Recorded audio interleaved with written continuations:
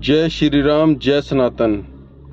मैं भाइयों, बड़े दुख की बात है, बदायूं में एक हिंदू परिवार के 2 बच्चों का कत्ल कर दिया गया। एक मात्र 6 साल का, एक मात्र 13 साल का। इतने छोटे बच्चों का बड़ी निर्मम तरह से गला रेत कर उनकी हत्या कर दी गई। ये हमारे समाज के लिए एक नॉर्मल घटना होगी, ठीक, लेकिन वो क्या अगर जिस पर बीतता है वो ही जाने, जिसके ऊपर पड़ा है ना, जिस परिवार के बालक गए हैं, उस दुख को वे ही महसूस कर सकते हैं और दूसरा व्यक्ति उस दर्द को महसूस नहीं कर सकता। मैं भगवान से प्रार्थना करूंगा कि परमात्मा इस दुख की घड़ी में इनके परिवार वालों को हौसला दे और परमात्मा इनकी आत्मा को शांति दे। लेकिन जब भी मैं इन समस्याओं की जड़ पर जाने की कोशिश करता हूँ, कुछ लोग नु कहेंगे यो बीजेपी का आदमी है, कुछ लोग नु कहेंगे यो अराजकता फैलावे है या फिर समाज में नफरत फैलावे है। पर भाइयों, हमेशा समस्या की जड़ पर जाना चाहिए। मैं बहुत टाइम से पहले भी कह रहा हूँ और भी बहुत सारे ऐसे लोग आए हैं जो ये कहने लग रहे, बार बार कहते कहते मर लिए। बहुत चीज़ ऐसी वो हैं कि हमारे साथ ही एक धर्म युद्ध छेड़ा गया है। आप इन घटनाओं को नॉर्मल घटना मान के इनको इग्नोर कर देते हो। इनको इग्नोर करने वाली बात नहीं है। इनको अगर आप सीरियसली देखोगे, अरे कौन सी वो ठा के देखोगे तुम। बल्लभगढ़ में नीतिका की हत्या कर दी गई। किस कारण की गई? एक जिहादी ने उसकी हत्या इसलिए कर दी क्योंकि वो एक मुस्लिम लड़के के साथ फ्रेंडशिप में आने से मना कर रही थी। उसको अपना बॉयफ्रेंड नहीं बनाना चाहती थी, इसलिए उसकी हत्या कर दी गई। दिल्ली में डॉक्टर नारंग की हत्या किस उससे करी थी भाई? दिल्ली में डॉक्टर नारंग अब बेचारा अपने बड़के के लिए क्रिकेट खेलने लग रहा था। वो बोल आ गया एक शांति प्रिय धर्म को जिसके शांति प्रिय मजहब के लोग को जिन्नतम उसके पजामे का लागी स्कूटी पे था। इस बात के ऊपर पीट का मार दिया। वो राजस्थान में कन्हैया लाल की हत्या, अरे वो इनके सब भी वही चीज है। कितनी बेरहमी है, एक टेलर को गला काट कर मार दिया। क्या कसूर था भाई उसका? और फिर उसके बाद श्रद्धा, अरे मरने के बाद बेचारी को उसको 35 टुकड़े करे गए। कितनी बेरहमी है, कितना ज्यादा इन घटनाओं से आपने पता नहीं लगता इनके अंदर कितनी कट्टरता कूट कर भरी गई है। अंकित कुमार को दिल्ली में मरने के बाद भी उसकी पोस्टमार्टम रिपोर्ट में खुलासा हुआ है कि 400 करीब 400 चाकू के निशान उसके शरीर पे थे। यानी कितनी बेरहमी से मारा गया है। हम इन समस्याओं को हमारा समाज एक नॉर्मल घटना समझ गए और अपना आगे बढ़ जाए तो भाइयों, यह चीज हमारे समाज खातर बहुत ज्यादा दुखदाई है। इन समस्याओं की असली जड़ समझने की कोशिश करो। इनके अंदर इतना कट्टरवाद और इतना चीज जो भरी जा रही है, आने वाले समय में जब ये बहुसंख्यक होंगे तो हमारी आने वाली नस्लों पर ये क्या नहीं करेंगे, उस चीज को अपने दिमाग में नहीं डाल रहे हमारा समाज। अरे कितने दंगे ऐसे हो लिए, नोखली का दंगा, डायरेक्ट एक्शन डे, बंटवारे में करीब 21 लाख प्लस लोगों की हत्या करवा दी। किसी चीज का कोई वो नहीं। 26/11 का हमला मुंबई में 2008 में, कितने ज्यादा। ये सारी चीज इनकी मैन मानसिकता को दर्शाते हैं। लेकिन हमारा समाज उस चीज में ना भाग है कि हिंदू मुस्लिम भाईचारे के गीत गाओगा, कितने और ड्रामे करागा। अरे भाइयों, कुछ तो शर्म कर लो। क्यों तुमने सोचो यो पंगा मारे घर नहीं हो रहा, यो तो पड़ोसिया को हो रहा है या और किसी को हो रहा है। अरे सारा सनातनी परिवार हमारा परिवार है, हर सनातनी हमारे परिवार का हिस्सा है। तो भाई किसी पे भी को आ चाहो उसके दुख ना पड़ा दुख समझो।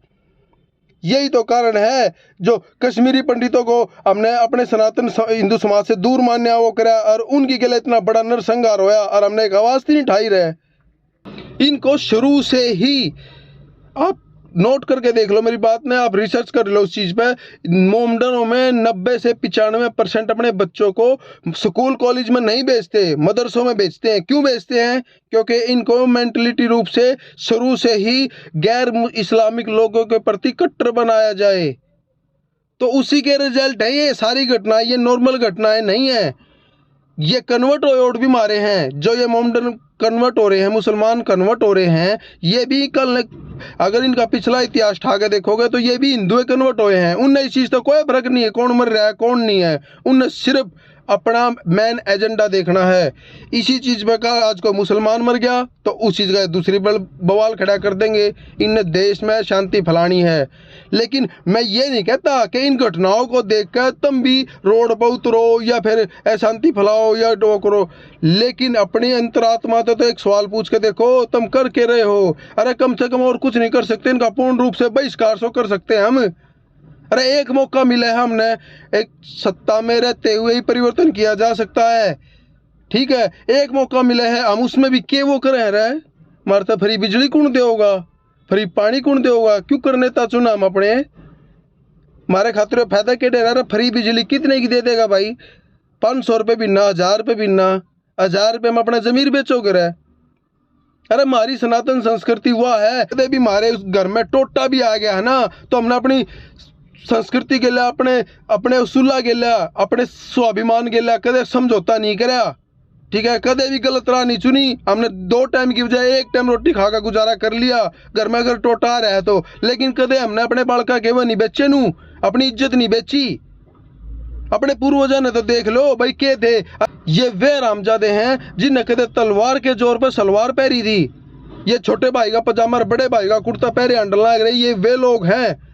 और तुम अपना जमीर देखो, तुम किस, अरे के इतिहास हमारा उस चीज ने नहीं पहचानते, उल्टी उसमें बाज रहे। आज के टाइम में मान लो भाई सत्ता में रहते हुए परिवर्तन किया जा सका है, लेकिन हम सत्ता क्यों कर चुने हैं? मरता फ्री बिजली कौन देगा, मरता फ्री पानी कौन देगा? एक बात बताओ, तुम अपना निजी स्वार्थ देखने लग रहे हो। फ्री बिजली पानी, अरे 1000 रुपये की बिजली वो कर लोगे महीने में खर्च, ठीक है ना। 2000 का फायदा हो जाएगा थारा, 3000 का हो जाएगा, 5000 का हो जाएगा महीने में। इस तबत्ती नहीं है, टोटल कैलकुलेशन करके देख लियो। उस खातर तुम अपना जमीर बेचोगे रहे हैं? सत्ता भाई ऐसे लोगों ने बिठाओगे जो कल न वो कर सके, अपनी मन मर्जी कर सके अपनी। अरे कुछ तो शर्म करो। इतनी सारी जो घटनाएं हमारे देश में हो रही हैं, इनकी जड़ा पर जानने की कोशिश करो भाइयों। जड़ा पे इनकी जड़ कहाँ से है वो देखो। इनके अंदर इतना कट्टरवाद और इतना वो भरा कैसे जा रहा है। तो यह अपनी मेंटलिटी मत रखो कि किसी और का मरा है। कल न यह आग मारे घर ती आने में वार नहीं लगेगी, वो भी हमारा घर है। लेकिन अगर तुम मान रहे हो ना तारे घर ती आग नहीं है, तो भाइयों वार नहीं लगेगी उस चीज़ में। बहुत कम समय है हमारे पास, ठीक। ये बहुसंख्यक हो गए, जिस दिन कोई से उसका इतिहास ठाक देख लो देश का, जहां जहां बहुसंख्यक गए सत्ता इनके हाथ में आ गई। मात्र 20 साल में उस कंट्री को इस्लामिक राष्ट्र घोषित कर दिया इन्होंने। और हम आज भी अपनी निजी छोटे छोटे स्वार्थ खातर वोट दे रहे हैं। अरे अपने भीतर अपने अंदर तो वो बनाओ, हमारा सगा भाई भी क्यों ना खड़ा हो, अगर वो राष्ट्र के खिलाफ है तो हम उसको वोट नहीं देवेंगे। हम उसी आदमी को वोट देवेंगे जो सनातन संस्कृति के और हमारे राष्ट्र के हित के काम करेगा, और उनसे डिमांड भी वही करो। मैं जब ये बात को ना हमारे खिलाफ ये धर्मयुद्ध छेड़ा गया है, तो भाइयों गलत नहीं कह रहा मैं किसी तथ्यों पे हर चीज को करके जब यह बात कह रहा हूं। अब गुलशन कुमार की हत्या 12 अक्टूबर 1997 को हुई थी। आप लोगों के लिए वो एक सामान्य घटना होगी, लेकिन मैं दावे के साथ कह सकता हूं गुलशन कुमार के जीते जी बॉलीवुड का इस्लामीकरण होना संभव नहीं था। उसको मारने का मुख्य कारण ये था ताकि सनातन समाज पूरे भारत में कैसे बॉलीवुड का इस्लामीकरण करके मूवियों के माध्यम से ऐसी छाप बनाई जाए जिसमें सिर्फ इस्लाम का गुणगान हो। इसीलिए गुलशन कुमार को मारा गया था, कोई और वजह नहीं थी। ये फिरौती की और पैसे की डिमांड की सिर्फ एक बहाना बनाया गया है। तभी तो मैं क्या करूं, जरूरी नहीं है जो चीज हमने सामने दिखाई जा रही है वो सत्य है। उसके जाते ही देख लो, उससे पहले गुलशन कुमार जब तक जीवित था इतने धार्मिक गाने और इतनी ज्यादा अपनी सनातन संस्कृति का वो कर दिया था बॉलीवुड में हद से ज्यादा। लेकिन उसके जाते ही वे सारा सिस्टम गायब, सारा सनातनी के प्रति जो भी भक्ति गीत वगैरह थे मोस्टली गायब से हो गए। और मौला मेरे वगैरह वगैरह ये आगे। और टोटली मूवी में आपने देख लो, टोटली मूवी में मतलब एक चरित्र ऐसा दिखाया गया है कि गुंडा मवाली होगा तो उसके माथे में तिलक या गले में माला या फिर वो गुंडा पा होगा, और जो 5 टाइम का नमाजी होगा उस तो बड़ी आदमी नहीं पावा है, ठीक है। वो अपने ईमान का उसका इतना पक्का दिखा रखा है, जबकि इनके इस्लाम में ईमान नाम की चीज है ही नहीं। तो भाइयों इनकी मैन चाल को समझो, और कम से कम अपनी आने वाली नस्लों को सेव करने के लिए और हमारे इतने ज़्यादा हम अपना हिंदू बहुत ज़्यादा कुर्बानी दे चुके हैं, बहुत ज़्यादा बलिदान हो चुका है हमारे उससे, लेकिन आने वाले टाइम में तो कम से कम समझ जाओ। जितना बारीकी से आप अगर इस्लाम को समझोगे ना, आपको पता लगेगा ये सिर्फ एक लुटेरों का गिरोह है और कुछ नहीं। तो भाइयों, फिर वही चीज़ कहूँगा, भेड़ चाल में मत चालो।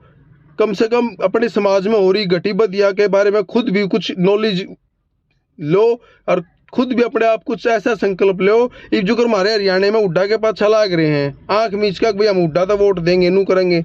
अरे नू तो देख लो भले मानसो, मेरी हुड्डा के लिए ना तो कोई पर्सनल दुश्मनी है ना कोई रिश्तेदारी, ठीक है, लेकिन फिर भी नू कहूँगा, अरे नू तो देख कर चलो, तुमने हुड्डा तो वोट देनी है, उस पर नू तो करवा लो, कोई बात नहीं, तुमने जब बनाना हो बना दिया उसने, लेकिन उस पर यह चीज़ तो करवा लो कम से कम। अगर कांग्रेस ने, मैं एक चीज़ कहूँगा, मेरी चीज़ ने सर्च करो, अगर मैं गलत कह रहा हूँ तो मेरे खिलाफ केस दर्ज करवाओ, मैं भुगतने तैयार हूँ, ठीक है। और पहले भी अपने समाज के प्रति पहले भी गोली खा रखी, आगे भी खाने तैयार हूँ, लेकिन सच्ची बात कहे बिना रुकूंगा नहीं, ठीक है ना। अगर थारा उड्डा नुको है उस पर बैठ के बात करो, कोई बात नहीं, तुम उसने बना लियो भाई। अगर कांग्रेस ने हिंदू समाज के खिलाफ, सनातन समाज के खिलाफ 20+ कानून बना रखे हैं, ऐसी मतलब 20+ धारा हमारे संविधान में भी, अगर वे गलत जुड़ रही हैं और कांग्रेस उन्हें जोड़ने वाली है, और कई कानून हमारे सनातन समाज के खिलाफ हैं, मैं एक एक कानून उस पर लाऊंगा, खुले मंच पर उसका मान लो खुले मंच से उस पर चर्चा करेगा, चर्चा करके अगर वे गलत हैं तो उन्हें कम से कम निरस्त करवाने की ओट ले, फिर मान जूंगा भाई वो वाक्य में अपने सत्ता का और उसका लालची नहीं है, रियल में अपना समाज के प्रति कुछ करने जाना है, लेकिन औकात को ना।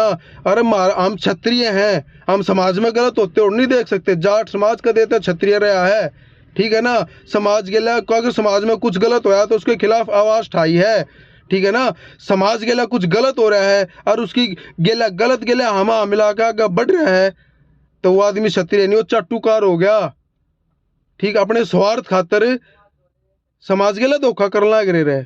ये वे ही हैं जो मतलब उन्हीं की तरह, मान लो अफगानिस्तान का देखा था, हमारी आख्या गया है अफगानिस्तान का जो बढ़िया पूंजीपति थे, वे अपना बोरी बिस्तर और अपनी संपत्ति समेटी और अपने लिकड़ के विदेश में शिफ्ट हो गए। कल यह कांड अगर हमारे देश में हो गया, अरे ये सारे राजनेता ये लिकड़ जाएंगे, हम कहाँ जाओगे, हमारा मिडिल क्लास, ये लोग इतनी पब्लिक कहाँ जाओगी या करोड़ों की।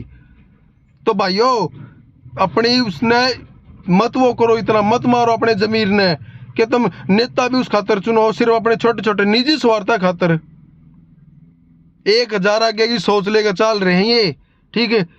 पीएफआई का देख लो, 2047 तक भारत का इस्लामीकरण करने की पूरी वह सारी चीज स्क्रिप्ट कोर्ट के सामने आ गई, उसके सामने बैन कर रखी हुआ, लेकिन हर चीज इनकी सामने आने लग रही, फिर भी हम अपने भिखारी बनोगे के, अरे भीख मांगने वजीर हो गए, हर चीज में सक्षम है, लेकिन सारी बेरोजगारी फिर भी सनातनी समाज में बढ़ रही है जनू। तो अरे ये बेरोजगारी ये सारी चीज फिर भी हो जाएंगी। घर में टोटा है तो कोई बात नहीं, आज के वो है, लेकिन सबसे पहले अपना नींव मजबूत करो, अपना बेस मजबूत करो, हमारी आने वाली नस्ल ताकि सुखी सांस ले सके, वो रास्ता तो अपना पेट भरने की मत सोचो आज के टाइम पे, ठीक है ना। टाइम कट जाएगा यो जैसे भी है कोई बात नहीं, लेकिन आने वाला समय ऐसा है उसको देख कर चलो, क्या तुम्हारी आने वाली नस्लों के साथ क्या हो सकता है, आज यो हाल है तो आगे क्या हो सकता है, उसमें उस टारगेट पे काम करो। सत्ता में भी उन्हीं लोगों को लाओ जो इन सारी चीजों को सोल्व करने की हिम्मत रखें और वे उनके आगे मांग रखो। इसी मारे को हूँ, अपने पराये नू मत सोचो, मारा को अपना इलेक्शन में खड़ा चाहे सगा भाई भी क्यों ना खड़ा है, अगर वो राष्ट्र के खिलाफ है तो उसका विरोध करो और खुल कर करो, जब जाकर राष्ट्र बचेगा, ठीक। अगर कोई राष्ट्र के प्रति चाहे वो बाहर का क्यों ना है, चाहे हमारा दुश्मन भी क्यों ना है, लेकिन अगर राष्ट्र के प्रति कार्य कर रहा है और आगे तो आगे मान लो सनातन संस्कृति को बचाने के लिए लड़ रहा है, तो उसकी सपोर्ट करो, उसको आगे पहुंचाओ, लेकिन उसको खुला भी मत छोड़ो, कहीं वो अपने लक्ष्य से डगमगा ना जावे, तो इसलिए उससे मांग भी ढंग की करने की हिम्मत रखो। बिना रोए माँ भी दूध नहीं पिया करती है, तो उससे मांग भी ऐसी करो जो हमारे राष्ट्र के हित में है, हमारे देश के हित में है। जय श्री राम, जय सनातन। सनातन एकता शक्ति, हमारा मुख्य उद्देश्य समाज के सामने सच रखना और जागरूकता लाना है। आप इन वीडियो को समाज जागरूकता के लिए जैसे मर्जी यूज कर सकते हैं। जय श्री राम, जय सनातन।